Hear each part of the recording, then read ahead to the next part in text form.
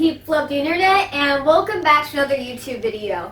And today I'm going to be talking about why everyone should be doing the curly hair method. So make sure to leave a like on this video, comment down below, hit that subscribe button, and also hit that notification bell so you know when I post, and let's just get right to it. Now, when I'm talking about the curly hair method, am I saying that every single person out there has to go complete curly girl and start scrunching a whole bunch of gels and mousses and creams into your hair? No. That's not what I'm saying at all. What I am saying though is that when you do talk to curly hair people, a lot of them tend to talk about how there's certain ingredients that they don't use in their hair products. Ingredients you probably never really heard of before, probably because none of us really flip the back of our shampoo and conditioner bottles and go like, wonder what's in there. So I'm going to be explaining to you guys what these different ingredients are that these curly hair people are avoiding and why you should probably be avoiding them too. Sulfates. These are really good at just stripping everything. I don't know if you guys have ever looked at the back of like a dish soap detergent bottle, but if you do, you'll find that there is this thing called sodium lauryl sulfate, and you're probably wondering what on earth that is and why I wasn't taught you in science class. Basically, this sulfate is very stripping, which is why it's perfect to use on your dishes and stuff whenever you're getting them washed, because it's supposed to strip all the gunk off of them. Now, do you think that sulfate should be used on your hair? Glad we're on the same page now.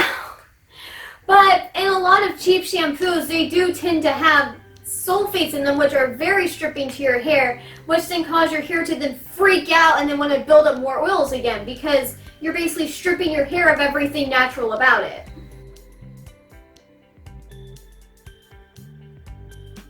Silicones.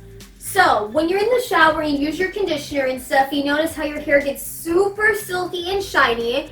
You wonder how it gets so super shiny and how the conditioners do it. Your hair's not shiny. Just telling you that right now.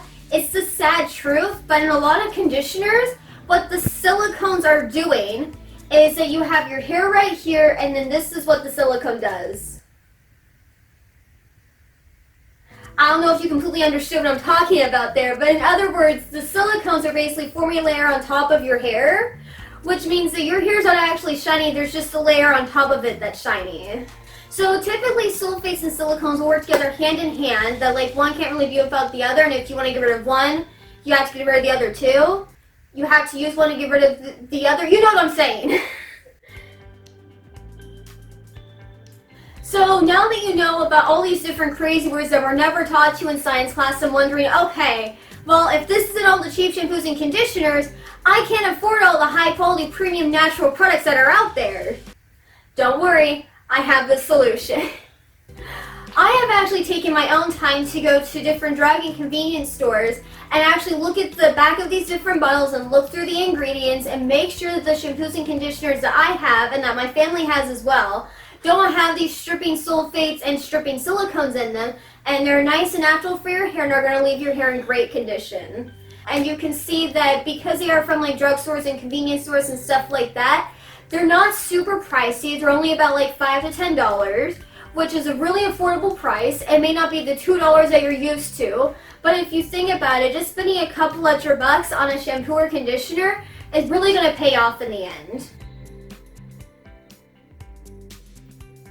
So if you're looking at those shampoos and conditioners and being like, okay AJ, this is just slightly more expensive than the $2 to $3 shampoo I get at the drugstore, so this better last me for like 5 years, right? I got you.